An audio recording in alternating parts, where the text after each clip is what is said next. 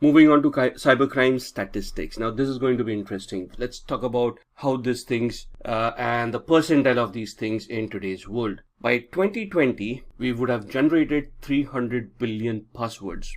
Now, the human population on this planet is 7 billion. Imagine 7 billion having 300 billion passwords. And I think half the population wouldn't have access to computers or the internet either. So imagine the number of passwords that we have. And that's what makes us use easy passwords, makes us repeat those passwords, and we use a single password for multiple accounts, right? Because there are just so many passwords that we have to remember. But that's the way it is. And if we want to keep ourselves secure, we are responsible for it. So please be very careful with those passwords.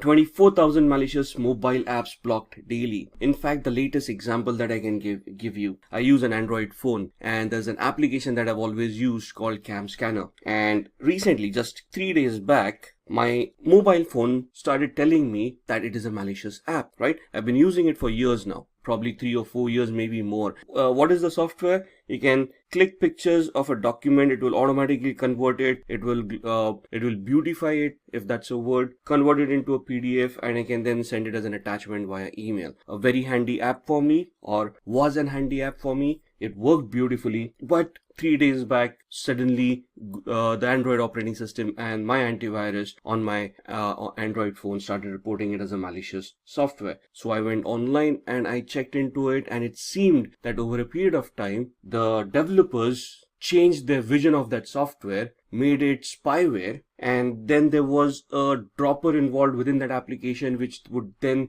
download a malware from a third-party server, install it, and start spying on you and start showing you malicious advertisements, right? So this was an existing app which was trusted over a period of years, and over a period of time, slowly, they modified it into a spyware. Kaspersky was an organization that detected it in the first place and then pointed it out to Google. Google took it off the Google Play Market, and now there is a variant of it available, but if you look at the reviews, all of them are 1 stars, where they have identified that this is a malware now and it spies on them and it actually compromised some people's data. So that's the latest example. In 2017 or 18, there were 700,000 apps during that year that were identified by Google as malicious apps and were deleted from Google Play. So even if they're published, there will be thousands of people who will download it till the time Google realizes that it is a malware and then deletes it. Till then, you've already been compromised, and there is no way to protect yourself now. So be very careful when you download these applications.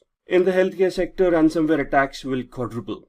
Now, the healthcare sector is a very volatile sector. It contains a lot of private and sensitive information, health information about individuals that can be misused by a lot of organizations, advertisements, pharmaceutical organizations, life insurance people, and whatnot, right? So these became very lucrative targets for hackers, where if they can steal the database and sell it on the black market, they will earn a lot of money. Ransomwares would basically work the other way around. They encrypt the data at the hospital side, and then they will hold the hospital ransom to pay up. Now, you know how hospitals earn nowadays, right? So that's a lot of money that we're looking at. Cybercrime would cost up to $6 trillion in 2021. $6 trillion just for cybercrime. We are not talking about the income from the IT industry. We are talking about how much money we will lose to cybercrime because of the various attacks that would be created. 90% of hackers use encryption. Not only encryption, most of the advanced hackers will try to hide their identity by spoofing their IP addresses, MAC addresses, locations. They will use encryption and cryptography to hide their malicious softwares,